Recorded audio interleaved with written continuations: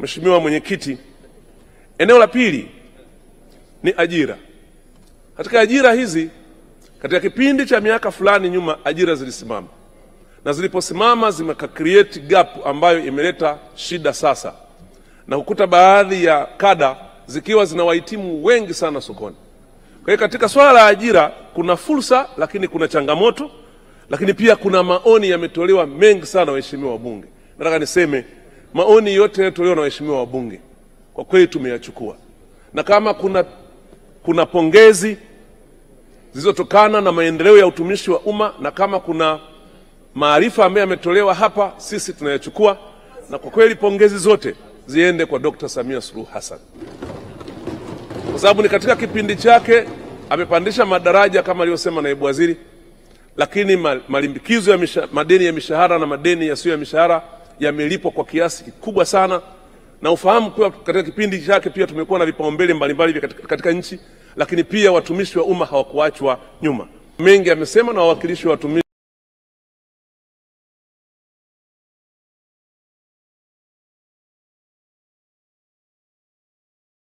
na siku zilizopita. Lakini seme tu maoni mbalimbali pia yametolewa kuhusiana na ajira. Kweli idadi ya ajira zimeongezeka na zimekuwa nyingi. Katika kipindi cha miaka mitatu mfululizo, Dr. Samia Suluhu Hassan ametoa vibali vya ajira 149,000. Ni idadi kubwa sana. Ni idadi kubwa, lakini hata hivyo bado tuna upungufu wa ajira kwa baadhi ya kada, ya waajiriwa kwa baadhi ya kada. Lakini ajira mbadala ambazo wale wanaotoka kwa namna moja ama nyingine, ikiwemo na wanaostaafu, huwa wanafidiwa, ametoa vibali vya takriban 39,934. Na niseme tu waheshimiwa wabunge, pamoja na changamoto zilizosemwa, lakini idadi hii ya watumishi ni kubwa sana kwa vibali tulivyopata kwa miaka hii mitatu. Lakini niwaambie tu habari njema, na wale waajiriwa ambao wamefanya usahili na wapo kwenye database, nataka niwajulishe tu Mheshimiwa Rais siku ya jana ametoa kibali cha kuajiri watumishi wengine wapya. Mheshimiwa Waziri, samahani kidogo.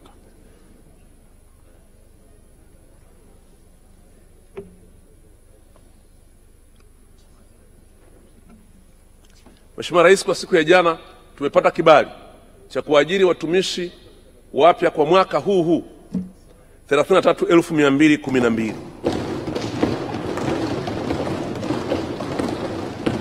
Ajira hizi tukizigawanya tutapata za walimu takriban 10,000. Lakini bado ajira mbadala na kwenye walimu tutapata pia. Kwa hiyo nikizungumzia kada ya walimu tu, nimejaribu kushauriana na wenzangu kwenye ofisi. Tumesema kwa kweli kwenye hizi ajira sasa hatuna haja ya kufanyisha usahili upya kwa upande wa kada ya walimu. Tutakwenda kwenye database kuendelea kupakua wale waliosalia ili tuendelee kuhakikisha kwamba tunawamaliza. Sio rahisi kuwamaliza kwa sababu waliofaulu mpaka sasa hivi ambao wako wanangojea kupatikana kwa nafasi bado ni wengi, na kama tulivyosema kwamba usahili ni utaratibu tu wa kujaribu kugombania hizo ajira chache zinazopatikana, lakini kimsingi karibu wote wameandaliwa vizuri na wako tayari kwa ajili ya kufanya kazi. Na ndio maana walipokuja wale vijana wa NETO nikasema wacha tuzungumze, kwa sababu kusema ukweli wana haki ya kusikilizwa. Na vijana wale walisema mambo makubwa sana, na kwa kweli mimi niliwaelewa. Nataka niseme kama tumejenga miundombinu ya sekondari ya shule zetu sekondari na msingi kwa kiasi tulichofanya, kama tumeongeza madarasa kwa kiasi tulichofanya, kama tumeongeza udahili kwa kiasi ambacho kimesemwa, kwa nini tusiongeze idadi ya walimu ili wafiti idadi ya mahitaji inayotakiwa? Lakini vijana hawaishii pale, wanasema vijana wa NETO, na mimi nataka niwasemee kwa sababu huko wanasemwa sana wenzao. Wanasema tumesema uchumi wetu umekuwa, sasa tupo uchumi wa kati. Lakini tukisoma ripoti ya CAG tunasikia mara kuna hela imepotea na nini na nini. Tunafikiri hii yote ingeangaliwa, hii sisi tungepata ajira ya kuzipa hili gap na kuenda kufundisha wenzetu ambao ni watoto wanaohitaji elimu. Sasa ukisikia hoja kama hiyo, mzazi unasema huyu mtoto ni mkorofi. Sio mkorofi. Mtoto anaomba kazi, unasemaje mkorofi? Sio mkorofi. Kwa hiyo mimi nafikiri kazi ya serikali ni kuendelea kutafuta fursa ya kuhakikisha kwamba inaajiri idadi ya kutosha kwa mahitaji ya serikali. Lakini sio rahisi kwa serikali kuajiri wahitimu wake wote. Hakuna serikali duniani imewahi kuajiri wahitimu wake wote. Fani ziko mbalimbali. Hii ya elimu tunaisema sasa kwa sababu ya mahitaji yaliyopo na ukiangalia na upungufu tulionao. Lakini kwa kada nyingine tunadhani kabisa kwamba sekta binafsi iendelee kuimarishwa ili isaidie kuajiri watu wengi zaidi, wahitimu wengi zaidi. Na katika kufanya hivyo tutaisaidia nchi. Na ujenzi wote wa uchumi lazima uendane sambamba na absorption capacity ya human capital ya nchi kwenda kwenye kufanya kazi. Lakini isihesabie kwamba kuwa na wahitimu wengi ni balaa au mkosi. Kuwa na wahitimu wengi waliomaliza vyuo vya kati na vyuo vikuu ni mafanikio ya kujenga human capital ya maana katika nchi.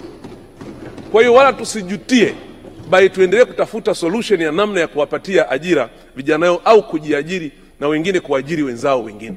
Kwa hiyo hili nadhani ni cross cutting, lazima wote tulione hivyo na tushughulike nalo. Sasa sisi kama serikali tumekuja na solution ambayo ilitoka hapa bungeni, Mheshimiwa Mwenyekiti, na kamati yako imeshiriki katika kutusaidia kuboresha kwamba katika utumishi wa umma hakuna msamiati unaitwa ajira za kujitolea. Lakini sisi tumedhani kwa kushirikiana na wadau katika serikali, Wizara ya Elimu, Wizara ya Afya, TAMISEMI na wengine, tukasema tufikiri tufanye nini? Maana kuna kundi kubwa limekaa na wengine wanaenda kulima matikiti wakati wa kusomea matikiti, na huku ndio upungufu wa mwalimu. Wengine wanaenda kufanya shughuli ambazo hawapaswi kufanya. Daktari anaendesha clinical officer anaendesha bodaboda wakati angeenda kutibu, na tuna upungufu pale wa daktari wa kutibu. Tukasema tuweke utaratibu mzuri wa kujitolea. Kwa hiyo tumekuja na huu msamiati wa ajira za kujitolea. Mheshimiwa Mwenyekiti, haya ni matokeo ya maoni ya bunge hili na sisi tumefanyia kazi, na katika ajira hizi tumeeleza namna ambavyo hawa wanaopatikana kujitolea watapatikana, lakini tumezungumzia habari ya uwazi na ushindani katika kujitolea huko, kwa sababu kwa sasa hivi kujitolea kulikuwepo na kulikuwa kunafanyika, lakini ilikuwa ni kujuana na pengine kuonekana kwamba huyu mtu anayekuja kutolea amepotea hivi, pengine hana maana. Lakini tunataka kurasimisha na kuweka mfumo ambao utasaidia hao wanaojitolea waweze kupata hata stahiki zao za kujikimu wakati wanajitolea.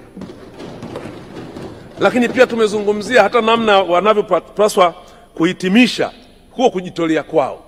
Kwa hiyo kimsingi kujitolea kumewekewa mwongozo ambao utasaidia kuhakikisha kwamba wanaojitolea wanatendewa haki, lakini wanapimwa pia hata utekelezaji wao wa majukumu hayo waliopewa, lakini hata usimamizi wao unakuwa uko dhahiri na wawazi, ili waweze kutumia ujuzi wao na kuonyesha uzalendo katika kujenga nchi yao badala ya kuonekana wako wananung'unika mitaani.